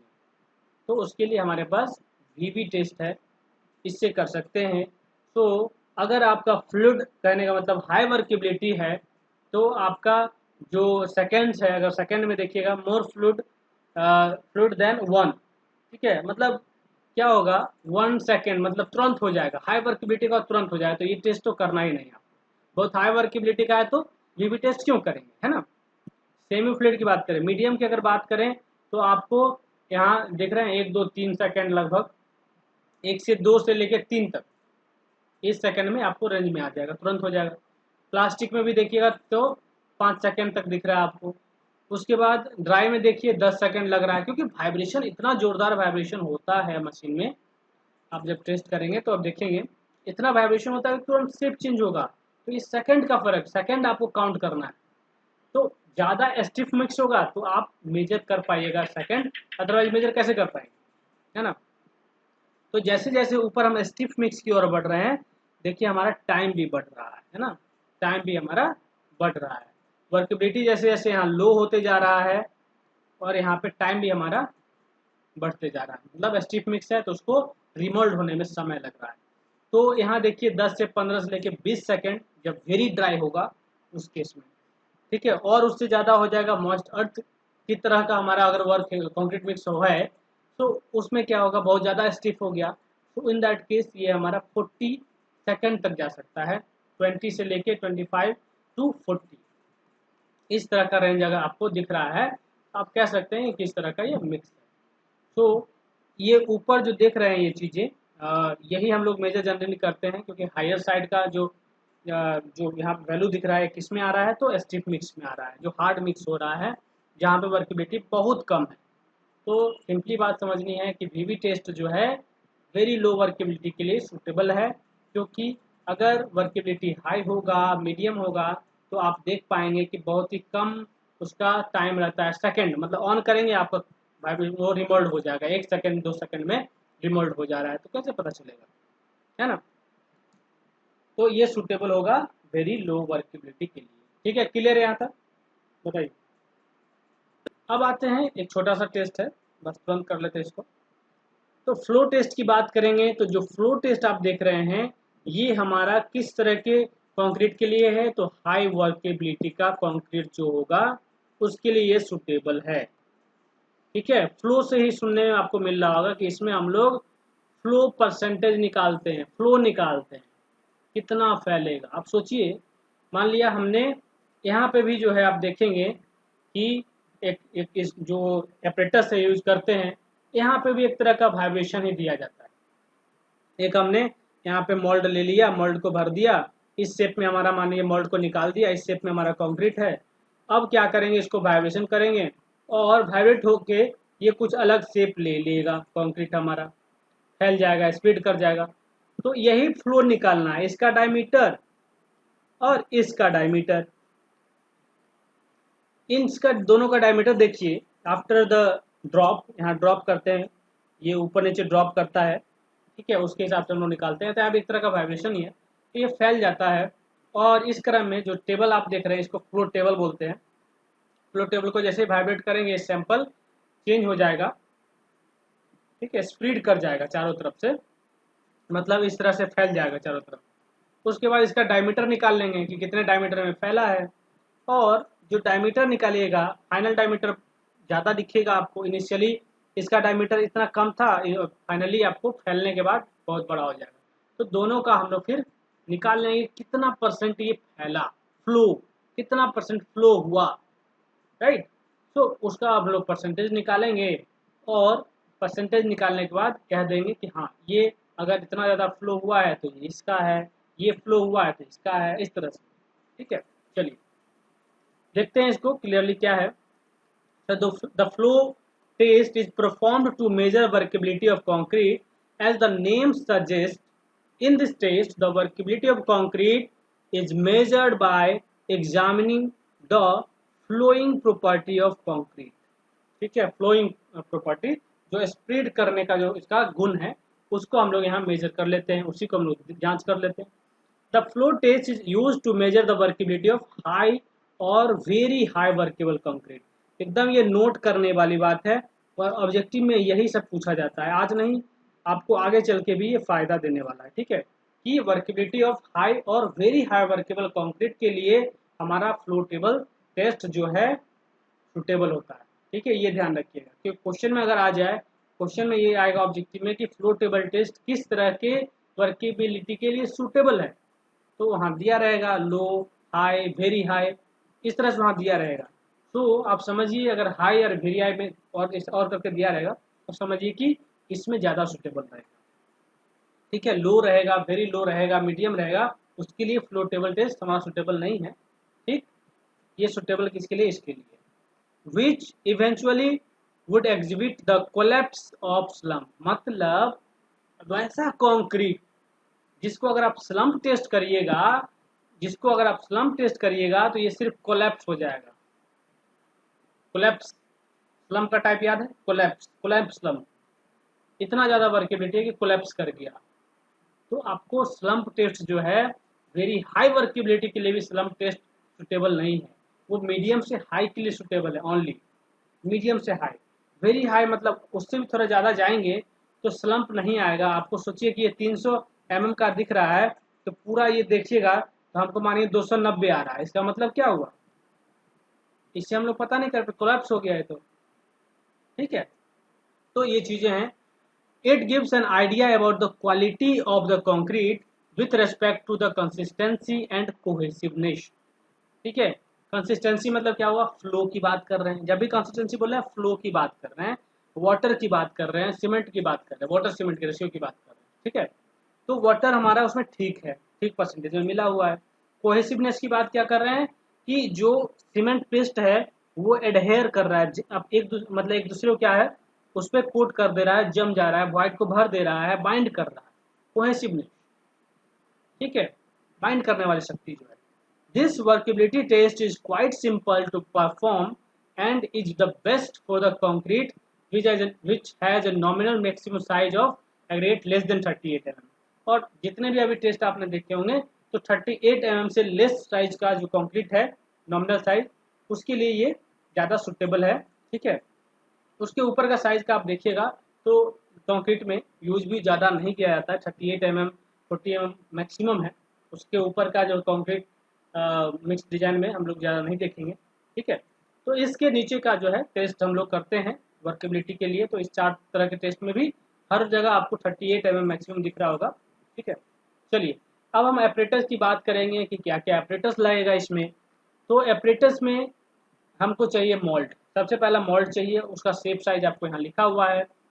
The mould shall be made of a smooth metal casting in the form of frustum of a cone. यहाँ पे भी इस तरह का कोन ही चाहिए, लेकिन छोटा कोन चाहिए, वहाँ बड़ा चाहिए था, यहाँ पे छोटा कोन रहता है। वहाँ देखे होंगे आप लोग इस तरह का लंबा रहता है, लेकिन यहाँ पे छोटा सा है। ठीक है, following the internal diameter base of 25, internal diameter की बात कर रहे हैं, 25 सेंटीमीटर का ये बेस रहेगा। ठीक है, अपर सरफेस जो है इसका डायमीटर रहेगा आपको 17 सेंटीमीटर। ठीक है, and the height of 12 centimetre, ये 12 सेंटीमीटर का हाइट हो गया, इस तरह का ये रहेगा। इसमें भी हैंडल बना हुआ है, देख रहे हैं दोनों तरफ हैंडल बना हुआ है। The base and the top shall be opened, ठीक है, and at the right angle to the axis of the cone। यहाँ पे जो है ये opened है। ठीक है, the mold shall be provided with handles, और हैंडल के साथ प्रोवाइड किया गया है। तो ये जो कोड का रिकमेंडेशन है, जो 1199 कोड बोल रहे हैं, उसी का रिकमेंडेशन सब है। ठीक है, तो इस तरह का मोल्ड आपको रहेगा, तो ये ध्यान रखना, आपको ये याद रखना है कि इस तरह के मोल्ड का यूज करेंगे। स्लम्प में हम लोग क्या करते हैं, बार बार हम बता रहे हैं आपको, ऊपर में 100 mm, नीचे में 200 mm, और हाइट कितना रहता है बताइए? 300 mm रहता है। ठीक है, क्लियर है यहाँ तक? बोलिए। Yes sir. हाँ सर, दिख रहा है सर। ठीक है, तो मोल्ड के बारे में समझ में आ गया कि जो फ्लो टेबल का मोल्ड है, फ्लो टेस्ट का, वो अलग होता है, स्लम्प का आपको दिख रहा होगा। क्लियर है दोनों? Yes sir. Yes sir. ठीक है। Yes sir. उसके अलावा फ्लो टेबल के अलावा हम लोग को यहाँ इसके अलावा फ्लो टेबल चाहिए। तो ये देखिए फ्लो टेबल जो आपको दिख रहा है, ठीक है, ये फिटेड रहता है। उसके बाद देखिए ट्रॉवल चाहिए, हैंड स्कूप चाहिए, स्किल चाहिए, टेम्परिंग रॉड चाहिए। तो ये सब चीज़ें तो सब में चाहिए। चलिए, तो इसका अगर पूरे देखिए अच्छे से कि हमारा फ्लो टेबल एपरेटस किस तरह का है, तो यहाँ देख रहे होंगे ये इस तरह का यहाँ एपरेटस है, और ये जो कि एक हैंडल दिख रहा होगा, और इसको जैसे हम लोग रोटेट कराते हैं, मतलब इसको हाथ से पकड़ के इसको घुमाएंगे, तो ये क्या होगा, ये जो है ऊपर जाता है और नीचे गिरता है, ड्रॉप होता है। ठीक है, यहाँ पे ड्रॉप होता है। तो इसको घुमाइएगा, ये ड्रॉप करेगा, इसको घुमाइएगा, ये ड्रॉप करेगा। तो होगा क्या, इसको जैसे हम लोग पहले भर देंगे, ठीक है, इसमें कंक्रीट पहले फिल कर देंगे टेम्परिंग रॉड से टेम्पर करके। फिल करने के बाद इसको हम लोग हटा लेंगे, और हटाने के बाद हम इसको ड्रॉप देंगे। अब कितना ड्रॉप करना है वो अभी प्रोसीजर में देखेंगे। तो उसके बाद ये ड्रॉप करेंगे तो इस पर क्या होगा, फैलेगा, ये जो दिख रहे हैं इसी में फैल जाएगा, और उसके बाद हम लोग फाइनल डायमीटर एक प्रकार से वाइब्रेटिंग हो गया ना सर? वाइब्रेशन ही हो गया। ड्रॉप कर रहे हैं तो वाइब्रेट ही तो हो रहा है, लेकिन यहाँ ड्रॉप कर रहे हैं, इतना जोरदार वाइब्रेशन यहाँ नहीं दे रहे हैं, उतना विगरस नहीं है। चलिए, तो अब इसमें प्रोसीजर की बात करेंगे तो क्या है, सबसे पहले हम लोग क्या करेंगे, पहला सबसे प्रोसीजर है कि clean all the gritty material और dust from the floor table and from inside the mould. साफ कर लेना, फ्लोर टेबल के ऊपर को साफ कर लेना है। ठीक है, ऊपर के फ्लोर टेबल को पूरा लेयर को क्लीन कर देना है, मोल्ड को भी क्लीन करके उसके ऊपर रख देंगे। Place the cone in the marked और middle portion of the floor table, और एकदम बीच में रखेंगे ताकि इधर उधर फैल ना जाए, मतलब बीच में रखिएगा तो फैलेगा यूनिफॉर्मली हर तरफ। Now power the freshly mixed concrete, power मतलब क्या होता है कि डालना, उसमें भरेंगे, इसमें भरेंगे कंक्रीट। तो फ्रेशली मिक्स्ड कंक्रीट को उसमें डालेंगे इन 2 लेयर्स, 2 लेयर में भरेंगे। एक लेयर भरा, ठीक है, टेम्परिंग किया 25 बार उसको रॉड से, रॉड के हेल्प से उसको टेम्परिंग करते जाएंगे 25 बार। उसके बाद दूसरा लेयर डालेंगे, फिर 25 बार करेंगे। If concrete overflows after tempering then level it with the help of trowel. उसके बाद जब अगर ओवरफ्लो हो जाता है, मतलब इस मोल्ड के स्टॉप से ऊपर आ जाता है, उसको स्ट्राइक करके लेवल कर देंगे। And excess concrete should be removed off from the table, उसको ज़्यादा जो कंक्रीट होगा उसको हटा देंगे। ठीक है, मतलब हो सकता है ना कि टेबल पे थोड़ा बहुत फ्लोर टेबल जो दिख रहा है तो ये गिर जाता है नीचे, वो सबको हटा देना, सबको हटा के पोंछ देना है। उसके बाद then lift the mould vertically upward and let the concrete stand on its own without support. मतलब क्या हुआ, जो आपको ये जो हैंडल था प्रोवाइड मोल्ड में, उसकी हेल्प से उसको पकड़ेंगे और ऊपर खींच लेंगे, जैसे स्लम्प टेस्ट में करते हैं। और उसको जैसे ही आपने हटा लिया तो हमारा कंक्रीट या कुछ शेप इस तरह का, चलिए मिल गया, मान लिया थोड़ा बहुत तो स्लम्प आएगा, लेकिन उससे मतलब नहीं। उसके बाद इस तरह का हो गया, लेकिन ये पूरा स्प्रिट तो नहीं करेगा, ठीक है, लेकिन हो सकता है चलिए थोड़ा बहुत कर ही जाए। लेकिन उसको क्या करना है, ड्रॉप देना। अब उसको क्या करना है, रेज करना है और ड्रॉप करना है। देयर आफ्टर द टेबल, जो टेबल आप देख रहे हैं ये वाला, तो इसको जो है क्या करेंगे, रेज करेंगे। ये टेबल जो है थोड़ा सा उठता है, जैसे आपने हैंडल दिखाया था मैंने आपको नीचे, तो जैसे ये हैंडल को घुमाइएगा ये थोड़ा सा ऊपर जाता है। ठीक है, raised and dropped from 12.5 mm height. जो ये रेज करेंगे ना तो ये थोड़ा सा ऊपर जाएगा टेबल, ये जो टेबल है थोड़ा सा ऊपर उठ जाएगा, ठीक, इतना हाइट ऊपर जाएगा, और फिर इसी पोजीशन में आके नीचे गिर जाएगा। क्यों, कैसे, इसके हेल्प से, मतलब इसको आप हैंड से मूव कराइएगा, ठीक है, 15 टाइम्स इन अबाउट 15 सेकेंड, मतलब तुरंत ही, हर सेकेंड में एक बार घुमा रहे हैं, तुरंत तुरंत तुरंत तुरंत उसको 15 बार घुमा देना है। 15 बार इसको हैंडल को घुमाना है, और ये ऑटोमेटिकली जो है ये हाइट फिक्स रहता है, इससे आपको कोई मतलब नहीं है। सिर्फ आपको 15 बार 15 सेकेंड में इसको घुमा देना, हर सेकेंड मतलब एक रोटेशन हो, मतलब एक बार घुमा दे रहे हैं, एक बार गिरा दे रहे हैं उसको, तो 15 ड्रॉप। 15 बार उसको ड्रॉप कर रहे हैं।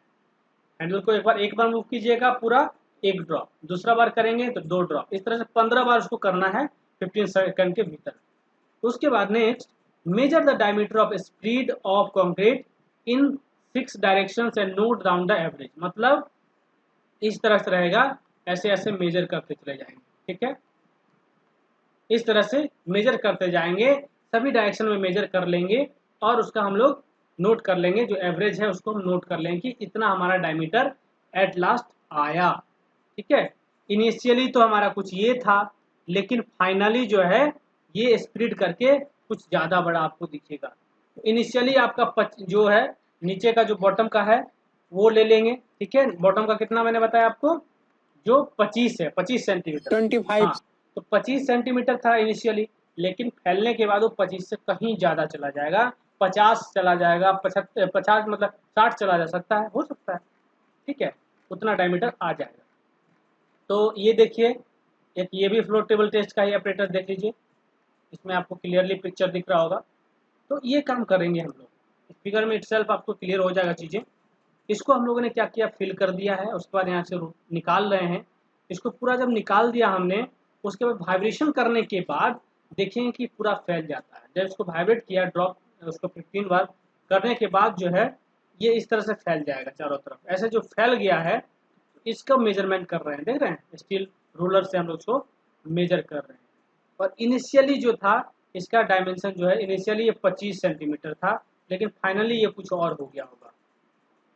अब हम इसको परसेंटेज निकालेंगे। तो कैसे निकालेंगे परसेंटेज, किसी को आइडिया है किस तरह से निकालेंगे, बोलिए।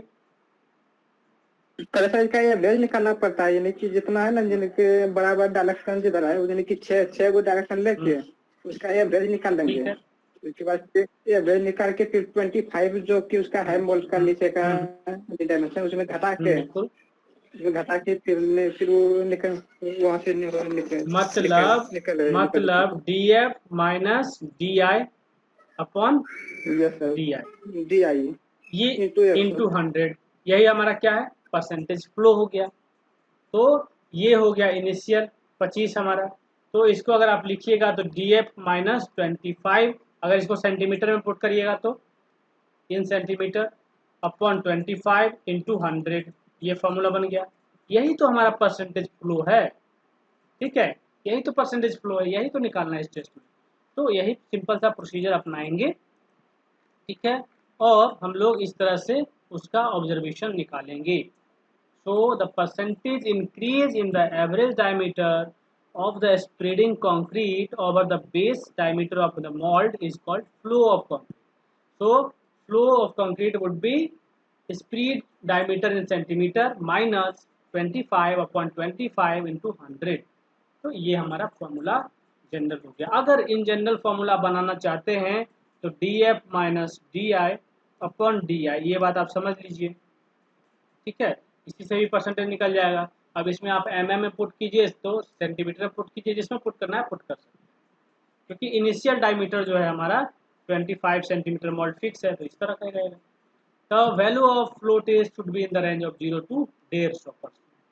0% से 150% भी हो सकता है। 150 क्यों हो सकता है, जैसे है ना 25 से वो ज़्यादा हो गया, मतलब 50 से भी ज़्यादा हो गया, हो सकता है। तो इस तरह का रेंज आपको प्राप्त होगा। चलिए, तो ये हाई वर्किबिलिटी के केस में हम लोग फ्लो टेस्ट भी कर सकते हैं, और परसेंटेज फ्लो के हिसाब से हम बता सकते हैं कि इसमें वर्किबिलिटी बहुत ही ज़्यादा है, ठीक है। तो यही रहा। उसके बाद आपको ये टेस्ट आप लोग समझिए, वर्किबिलिटी को समझिए, ठीक है। तो वर्किबिलिटी जो शुरू में आपने पढ़ा था उसको आप इस सारे टेस्ट के मदद से आप समझ सकते हैं कि वर्किबिलिटी है क्या, और वर्किबिलिटी हम लोग कैसे मेजर करेंगे, व्हाई दिस इज इम्पोर्टेंट, क्या ये चीज़ आप लोगों को अब समझ में आया होगा, थोड़ा बहुत क्लियर है, बोलिए। Yes sir, yes sir, yes sir, yes sir. चलिए, तो ये सब रेफरेंसेस हैं, यहाँ पे भी आप जाके देख सकते हैं, ये सब लिंक्स पे भी जा सकते हैं जहाँ पे आपको ये सब चीज़ें दिखेंगी। उसके बाद बुक वगैरह फॉलो करिए, कोड को फॉलो कीजिए, जो भी कोड यहाँ लिखे जाते हैं, IS 456 हो गया, IS 1199। तो इसमें इस कोड में अगर जाएंगे तो इसमें वर्किबिलिटी का जितना टेस्ट अभी मैंने बताए हैं सारा लिखा हुआ है, सब कुछ वहाँ लिखा हुआ है। ठीक है, चलिए तो इस सेशन को यहीं ख़त्म करेंगे।